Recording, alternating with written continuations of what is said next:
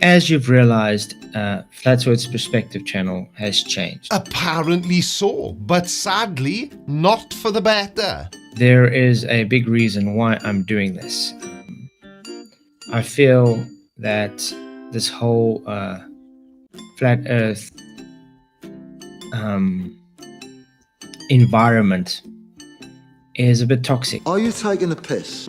So the flat earth environment is toxic now?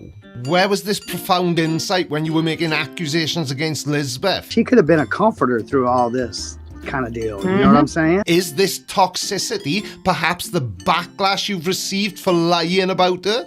Maybe you're hoping that by distancing yourself from flat earth, people will forget the horrible things you said about her? Well, no. Not on my watch, pal. Shut up and sit down, you big bald f***. Please subscribe. When we heard from Flatsoid on Friday, his intellectual high ground was located somewhere in the vicinity of a completely unwarranted and frankly disgusting attack on a young woman. Now apparently that was his final experiment in proving something. And when I say something, I actually mean he proved that he's a complete twat.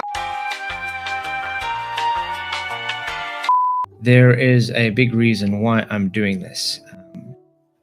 I feel that this whole flat earth environment is a bit toxic. Funny how the flat earth environment suddenly feels a bit toxic right after your little episode involving, I don't know, disgustingly attacking an innocent person. Almost makes you wonder if there's a correlation there. No, it can't be. Can there? But not based from flat earthers itself, mostly from the anti-flat earth side, because they seem to be very obsessed and very personal in their attacks because we don't have the same belief system as them and their globe cult. And accusing a young girl of sending naked pictures and being a comfort to the men that attended TFE isn't personal. Okay. Oh yeah, and globe cult you say? Well, that's rich. Coming from a community that often operates with the same level of unwavering faith and resistance to outside information as, well, let's just say other cults. But yeah, we are the weird ones for accepting all that pesky evidence to back up everything we say about the globe. So this video is just simply to tell you all, Flatwood's perspective is just changing. I'm still Flatwood. The earth is still flat. God created us for a purpose. Well, there you have it. Groundbreaking news from Flatside. His perspective is changing while simultaneously remaining exactly the same. It's like saying I'm evolving, just not in a way that involves acknowledging reality. And the Earth, still flat apparently, because, well, reasons. Oh, and God created us for a purpose. Presumably to marvel at your unwavering commitment to scientifically inaccurate beliefs. Science. What is it all about? But this video is just to tell you that I'm not going to take part in the flat earth arena, as you would place it anymore, and go and talk and rebut any of these anti-flat earth people. Oh, no more engaging with anti-flat earth people, eh? People like us, I think he means. Translation, I've run out of ridiculous arguments and don't enjoy being proven wrong constantly. Right, got it. So when the arguments no longer hold water, not that they ever did, the solution is to say you're not playing anymore. Screw you guys, I'm going home. You see, the thing is, when you engage with these people, they seem to bring the worst out in people. They seem to bring you into situations you don't feel you should be in anyway. Sometimes you say things you weren't supposed to be. Sometimes you say things you didn't mean. But most of the times they misrepresent what you say or what you mean. the classic martyr routine. It's fascinating how the narrative has shifted from confidently presenting evidence for a flat earth to suddenly being a victim of those nasty anti-flat earth channels. And what you just conveyed was that you don't like it when people dismantle your baseless claims, so it must be their fault for being mean and misrepresenting you. And they try and dig you a hole and misrepresent you as your character false to a lot of people. Now, the thing is, I feel that although there are things that I definitely should have not said or anything, I do apologize. Specifically to Lisbeth Acosta. I did not mean to drag you into anything. I made an off-cuff remark based on context that was totally misrepresented by the likes of McToon and the other company. Well, a semi-apology with a generous side serving of blame. Things I definitely shouldn't have said. You mean like saying she'd sent naked pictures to Jaron, and it was all a big misunderstanding, twisted by those other people. Sorry, Lisbeth, that happened, but it's really Toon's fault and everyone else's fault but mine. That's what you sound like, Flatside. Anyway, Lisbeth, my apologies, did not mean to drag you into anything. Just note, it wasn't my intentions, and they are misrepresenting what was said and how it was said. Okay, a slightly more direct apology to Lisbeth, but it was sandwiched between a declaration of victimhood. Wasn't my intention. They are misrepresenting me. It's like saying, sorry I crashed your car, but it's really the road's fault for being there. And how exactly did I misrepresent you saying this? Videos I've seen from Jaron, it wouldn't put me past that he's done that stuff. The pictures I've seen from Lisbeth to him, yeah. I mean, it all sounds pretty self-explanatory to me. Oh, except for one part. There were no pictures. You lied and made it all up. Now, if somebody can prove that these pictures exist, then I'll change my tone. But until then, not a chance. Secondly, all the anti-flat earthers that are watching this right now, I am praying for you. I do hope you get over this weird obsession over my character and my family and everybody in the Flat Earth arena. Well, there is no obsession, but if there was, do you want to know what it's about, Flatside?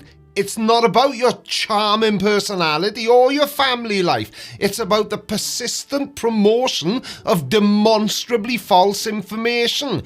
Maybe if the focus shifted from defending a ludicrous belief to, facts, then this obsession would magically disappear. Well, it would have if you hadn't demonstrated how much of a lowlife you really are. You accused a young woman of sending nudes when you had absolutely zero evidence to support your perverted theory. Changing your channel art and renaming your channel really isn't going to help you at all, pal. It's very, very unhealthy. I pray for everybody that is still in that arena that you see the light. And well, simply, guys, if you're in the Flat Earth arena and you're Flat Earthers, my suggestion would be starve the anti-Flat Earthers of content. So the strategy is to run away then? When the debate gets too hot, just unplug and pretend like the other side doesn't exist. Like a toddler covering their eyes and believing that they've become invisible. Peekaboo! Ah! I have started going to literally ban them all, block them, ignore them. Call it echo chamber, whatever you want. The fact is, I'm not going to partake in their scum anymore. Scum? Such a nuanced and intellectually stimulating term for people who simply disagree with a demonstrably false premise. It really fosters productive dialogue, blocking and banning anyone who challenges you. That really is the hallmark of a truly confident position, Flatside. I'm not going to partake in their filthiness. It is a playground for bringing the worst out in people, and I don't want to be part of them. Oh, so now it's a playground for bringing out the worst in people, and this from an individual who recently engaged in, shall we say, less than saintly behaviour. I wonder if it's Lisbeth. And I'm not going to say what she was wearing. It's truly inspiring to see such a rapid ascent to the moral high ground. It's over, Anakin! I have the high ground! So I hope you guys all see the future as bright as I do, because there's going to be no more scum in our lives anymore from the anti-flat earth side. So from now on, the channel will be dedicated to biblical cosmology and biblical scripture. So the key to a bright future is apparently the removal of anyone who dares challenge your beliefs. And the channel's now dedicated to biblical cosmology. Well, that's certainly a pivot from the earth is a frisbee held up by divine will to the earth is a something else, entirely based on divine will. I will not be rebutting any videos from these guys, and will not be watching any of their content. Wait, you think that you've refuted actual science? Because they're not our claims, we just reference peer-reviewed science. Or as it's otherwise known, reality. If they have tagged me, I will not bother to even watch it anymore. So any anti-flat earthers that are trying to grab my attention like they usually do, any of you that's still trying to contact my wife or my children, or trying to put any of us in a bad light, just know that what you are doing, you will stand before God, and you will have to account for it one day. So what you're saying is, please leave me alone because I don't like the consequences of my public pronouncements and past behavior. Also, if you disagree with me, God's gonna get you. You will need to go and understand that I don't care about your opinion. I don't think you understand that whatever you're trying to paint me as is not going to affect me or anybody here. If he truly didn't care about our opinions, wouldn't the simplest course of action be to just ignore them? The act of making a video to declare his indifference suggests a level of, shall we say, caring that belies his words. Curious. So this is a friendly reminder that the earth's flat. It always has been, it always will be. God is in control. And I pray for you guys. And for everybody I've ever hurt in this community or said anything wrong, I apologize. I pray that you move forward. And with all the sincerity in the heart, guys, get ready. Get ready and know God is almost here. Till next time, God bless. Bye. A friendly reminder? Well, how thoughtful. It's always nice to have baseless assertions delivered with such conviction. And the prayers of everyone he's wronged, are we sure those will retroactively undo any harm caused to Lisbeth's reputation?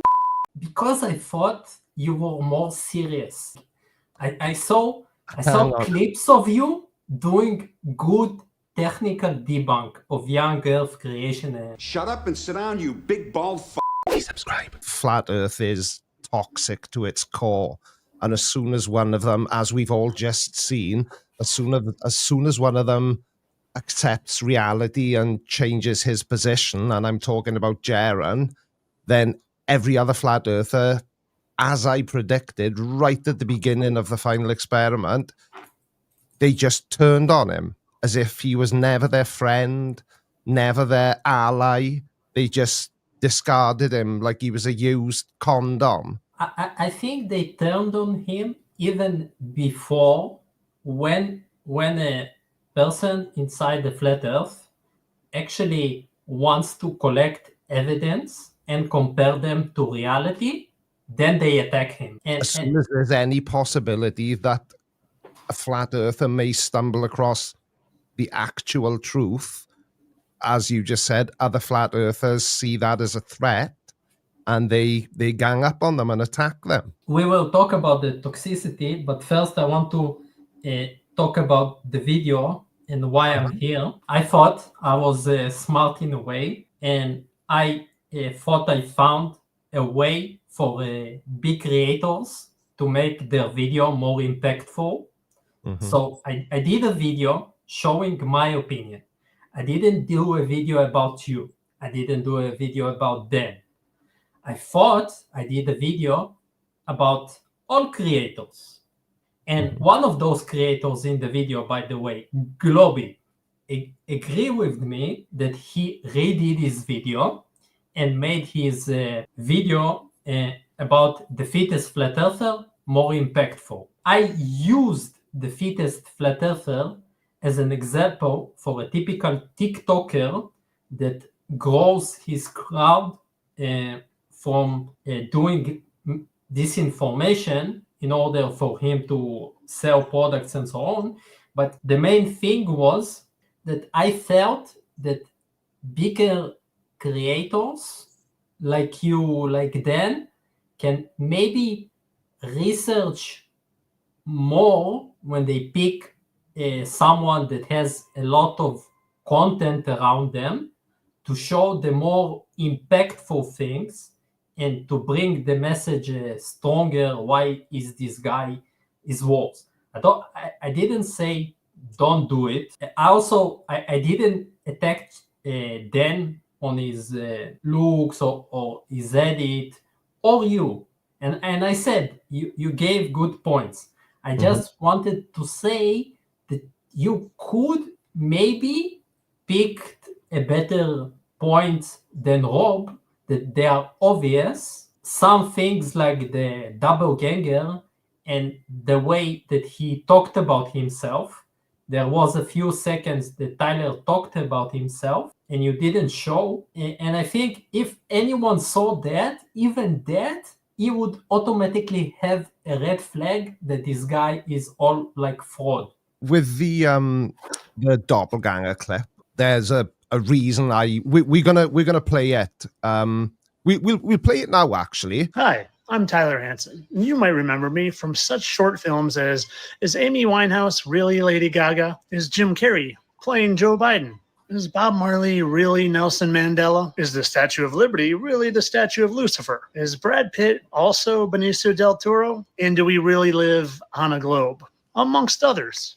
Also, as you can see in these videos, Tyler mostly makes videos about doppelganger, which are people who look the same and supposedly replace each other in different roles, like some actor going and playing some politician and something like that. But it's all fake, and you don't need to be a genius to see it's fake. He edits it in a bad way to make it look funny. He takes old pictures or uses AI to create black and white picture of someone and then claim he's the same person. Really, you need low level of IQ to believe it. Just to give some example, he claims Jennifer Lopez is playing the role of Kamala Harris. They don't even look the same. Yes, that's ridiculous, and still debunkers choose to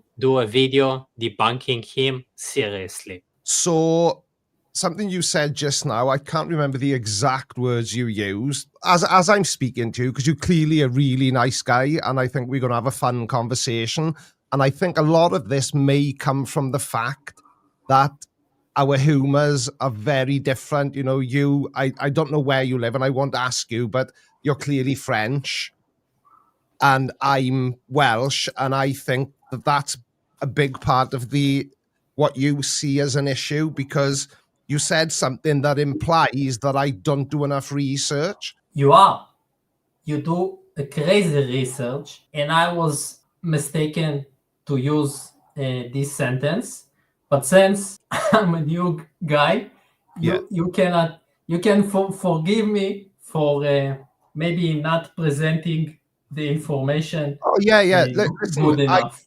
Listen, there is absolutely no ill will from me. I was excited to get the opportunity to speak to you. You know, it's just, you know, I wouldn't be being fair to myself if I didn't sort of present back to you in the same way you were. And this isn't a debate or anything. We're just having a chat. But obviously, you know, to keep it fair and friendly, I think it's only right that I respond appropriately. So, you know, if you feel I say anything that you really disagree with, or you feel that I'm being, you know, just spiteful or mean, then tell me. You know, I'm I'm a big lad. I can take it. No, I agree. You do a research.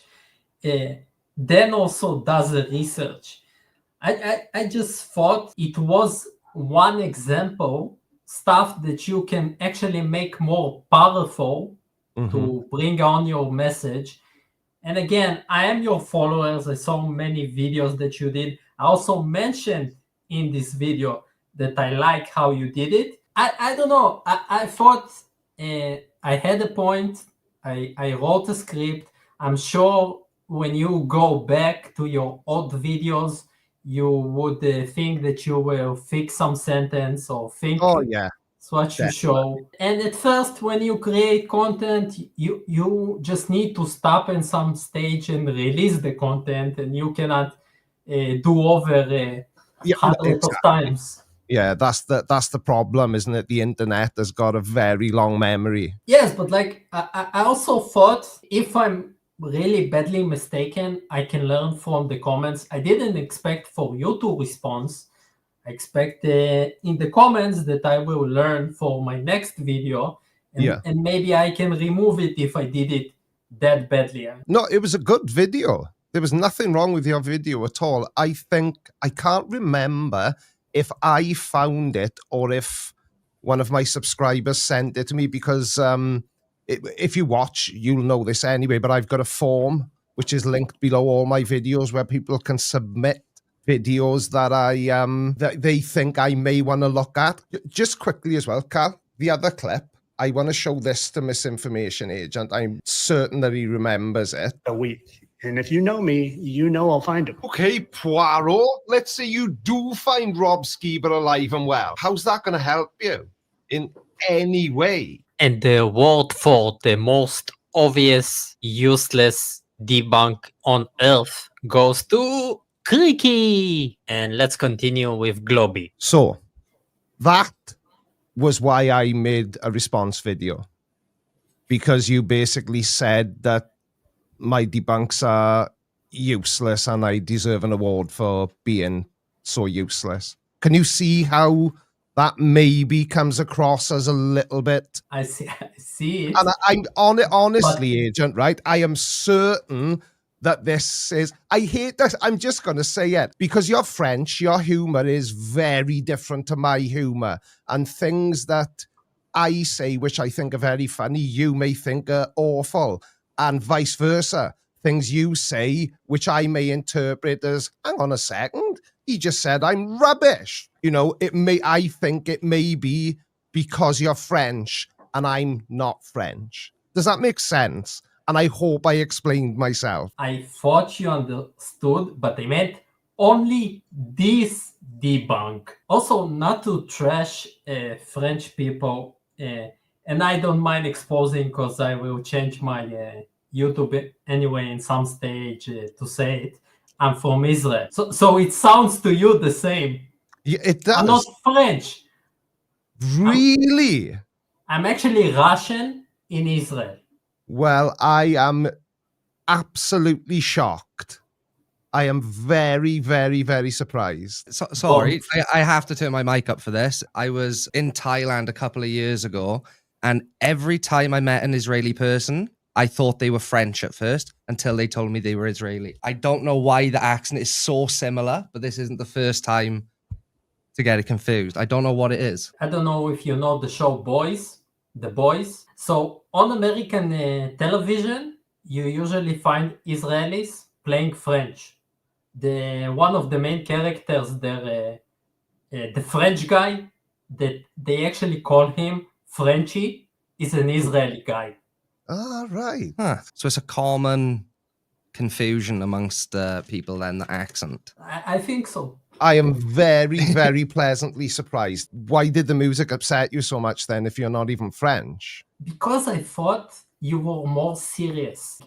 I saw clips of you doing good technical debunk of young Earth creationists. So how much of my content have you actually watched? Because what you just said screams, I've not really watched any of this guy's content. If my YouTube channel was a book, you've read the blurb on the back that tells you what the book is about. Because if you think my channel is serious, then you really, really have misunderstood my channel if you do watch it, or you haven't watched as much of it as you've led me to believe.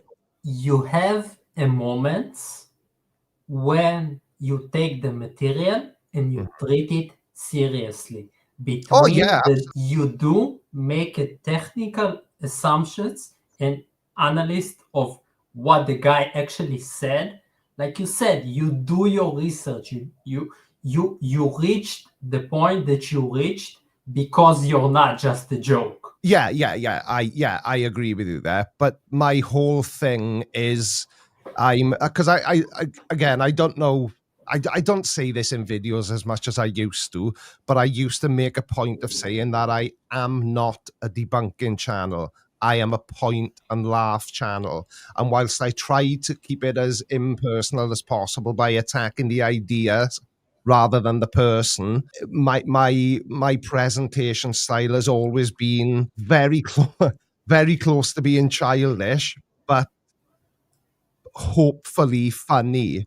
And, that's kind of my thing. But anyway, we're getting a bit off topic now. We were talking about the doppelganger thing because it is really interesting. And I've actually watched loads of Tyler's doppelganger videos, and I agree with your assessment. They're really stupid. The reason I cut it out wasn't because it was in your video and I wasn't trying to change the context. The reason I cut it out was because it was completely irrelevant to Flat Earth. Completely irrelevant to the type of content I make. So I didn't cut it out to change the context. I cut it out because it meant nothing. It was completely unrelated. Which is fine. But when you go to analyze the video, I think there should be a representation of the whole idea. Mm-hmm. But again, I understand your formula for the repeated success, and I know why it wasn't relevant and why it was relevant for me. Do you still believe that NASA and SpaceX rockets weigh millions of pounds and travel 17,000 miles per hour? Who the starts a conversation like that? I just sat down. You do realize that the rocket isn't doing that sort of speed the second it leaves the ground, right? It's not like they flick a switch to ludicrous speed the moment they clear the launch pad. Ludicrous speed! Go! Oh, that's cute.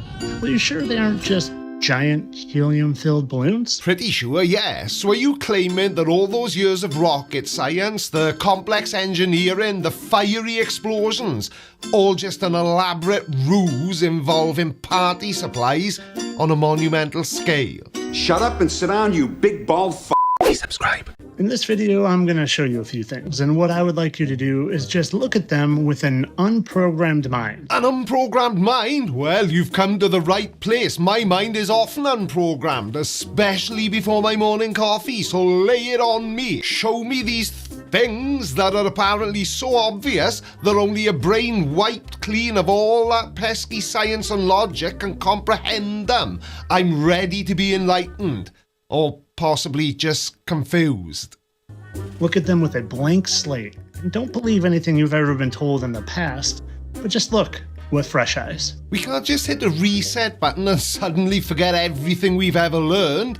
That's called amnesia, and it's generally considered a bad thing. Our brains are programmed with things like gravity makes things fall down, the sun is really big and far away, and the earth looks suspiciously like a sphere in all those photos and videos. Asking us to unlearn all of that before looking at your evidence is like asking a chef to forget how to taste before trying a new dish. It's kind of fundamental to the process. What are you? An idiot sandwich. What I did in this first video that I want to show you is I removed the sound because sound can deceive the eyes. If it sounds really fast, it can trick the mind into thinking it's moving fast. But with no sound, you can see slowly this rocket takes off. So you think that by removing the sound, the visual evidence of a rocket slowly leaving the ground somehow negates the immense forces and physics involved in achieving orbital velocity? Acceleration isn't just about how fast something looks like it's moving at one particular moment, it's about the change in velocity over time. Even if it appears to start slowly, which by the way it really doesn't considering the massive burst of energy, the fact that it eventually reaches 17,000 miles per hour means there's tremendous amount of acceleration happening. Removing the sound does not change the laws of physics, mate. It just makes your video quieter. And yeah, of course, if it weighed tons and tons of pounds or millions of pounds, it would start off slow. But I just want you to watch and notice that this isn't accelerating. It starts slow, yeah, because it's fighting against gravity and its own immense weight. But, and this is crucial, it doesn't stay slow. It gains speed, and a lot of it. It goes from barely budging to faster than a speeding bullet in a matter of minutes. And that change in speed is acceleration, regardless of how slowly it starts. It's like saying a sprinter isn't accelerating because they've done it their top speed in the first millisecond. You're focusing on the starting line and completely ignoring the finish line, which in this instance is in space. It's continuing to just move at a snail's pace, maybe at the pace of what a helium balloon would look like if all of a sudden it was let go. Yeah, the snail's pace and the inevitable helium balloon comparison is back. Mate, with all due respect, which at this point is dwindling faster than a helium balloon with a puncture, are we watching the same video? A rocket launching, even if it appears to start relatively slow in those initial few seconds due to the immense forces it's overcoming, is a controlled explosion propelling a several-ton vehicle upward. And in a minute, I want to have you compare it to the clouds in the background, and you can see how slowly it's moving compared to the clouds. Firstly, clouds are not a static wallpaper in the sky. They are masses of water vapor moving at various speeds and altitudes, influenced by wind currents that can be significant. Secondly, a rocket is moving away from Earth, piercing through these atmospheric layers. Its trajectory is not parallel to the movement of clouds. It's largely perpendicular. Dick. So trying to gauge its speed relative to these shifting, different, distant objects is a fundamentally flawed visual comparison anyway. Now here it is, and I'm going to watch as they switch views, because they always switch views, and I just want you to watch how it's not gaining any speed. It's just continuing to meander slowly like a balloon. The change in camera angles aren't some sinister conspiracy to trick us into thinking this rocket is accelerating. They do that to show the different stages of the launch. We can see the initial liftoff, the shedding of the booster stages, and the perspective shifts as the rocket climbs higher. Each view provides a different piece to the puzzle, and that puzzle spells out acceleration in big fiery letters. And then what I want to show you is its descent back to Earth. Okay, here's that rocket after it had reached a certain height, and now it's going to return back to Earth. And what it looks like to me is it's losing some sort of gas. I wonder what gas that could be. And before you say it, no, it's not helium. Now let me get this straight. We've gone from questioning the launch of a rocket to now questioning the descent as well. And your conclusion is that it's a giant space balloon slowly deflating as it falls. And then it's going to start falling to Earth. And again, does it look like something that's falling that weighs millions of pounds? Or does it simply look like a helium balloon that has had some air let out of it and now is meandering slowly? So that would be a yes then. You do think it's a helium balloon with a puncture. And I've got to ask, what visual cues are there in that video to give you any indication of the rocket speed? And here it is, continuing to fall slowly compared to the clouds in the background. And at a certain point, they're going to cut. And then amazingly, it's going to look like a totally different rocket And because we switched to CGI. And now it's going to magically land perfectly upright, as they do. You do know that different camera angles are a thing, don't you? Now, they aim for precision, but landings aren't always picture perfect. There's a whole team of engineers and sophisticated technology involved in guiding a spacecraft back to Earth. It's a testament to human ingenuity, not some mystical levitation trick. The fact that they often achieve a relatively accurate landing is a result of rigorous calculations, advanced navigation systems, and well-designed landing gear and parachute system. Maybe he thinks that aeroplanes magically appear gently on runways without any pilot input. Next, I want to show you some video of a NASA fuel tank that was jettisoned as it makes its way back down to Earth. And first, I want to show you that it weighs 66,000 pounds. Ooh, 66,000 pounds. And that means a 66,000 pound object falling from space isn't going to plummet like a rock. It's going to interact with the atmosphere, creating drag, which significantly slows the descent. It's the same principle behind a feather falling slower than a bowling ball. The surface area of air resistance plays a huge role. And just like the spacecraft we discussed earlier, this fuel tank likely had systems to further control its descent. It's not a giant metal tube plummeting uncontrollably. What a strange number. Well, it's not really that strange, but I've got a question. What exactly is a fuel tank? I thought we were talking about fuel tanks. Now let's look at that 66,000 pound tank falling at free fall speeds. Does that look like free fall speed to you? Or does that look like another balloon that has lost some pressure and is meandering slowly back down to Earth? Here he goes again with his balloon obsession. I mean, everyone's got a kink, and if that's yours, good for you. But are you genuinely suggesting that a 66,000 pound falling object coming down from space behaves the same way as a deflating balloon? Free fall doesn't mean instantaneous plummet. It means falling under the influence of gravity without significant opposing forces. But even a 66,000 pound fuel tank experiences air resistance as it enters the atmosphere. Everything does. This drag slows its descent considerably, but it is not a sudden stop. It's far from the gentle drift of a helium balloon. What you're doing is comparing a falling anvil to a falling feather. Both are subject to gravity, but the descent rates are vastly different due to air resistance. And the video you're showing, the tank is descending at a controlled rate using aerodynamic principles, not meandering like a wayward party decoration. Do you think they just yeet these things out into orbit and hope for the best? Now I simply want to point out this supposed multi-million pound aircraft having slight lift and then loading back down. And down, up and down. Wow, I've never seen millions of pounds maneuver so easily. Easily? Well, you go and do it then. But as usual, your observations are fascinatingly incorrect. And doesn't the fact that the rocket is moving up and down as the thrusters start kicking in kind of destroy your balloon theory? Helium balloons go up. And why don't we take a look at this path it takes? Notice how it kind of flies off at an angle. I've seen balloons kind of take off at an angle.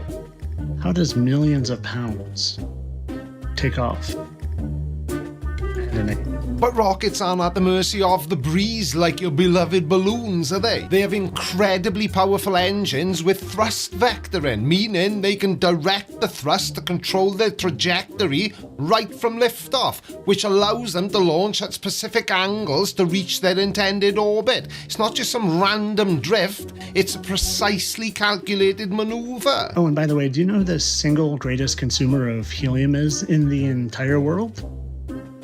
That's right. A lot of people think it's for their satellites. I tend to think it's more for their rockets.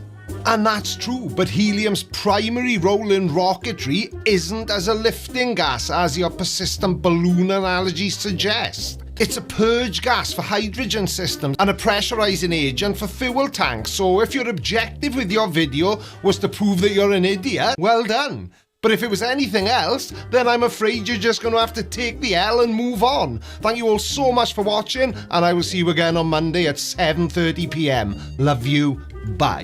A contestant on the Australian version of Bake Off made a meringue and the crowd cheered, which is really strange because Australians usually boo meringues. Did you know that people in Dubai don't like the Flintstones, but people in Abu Dhabi do? I don't think so. No, no, no, no. I don't think so. No, no, no, no. It's never ever.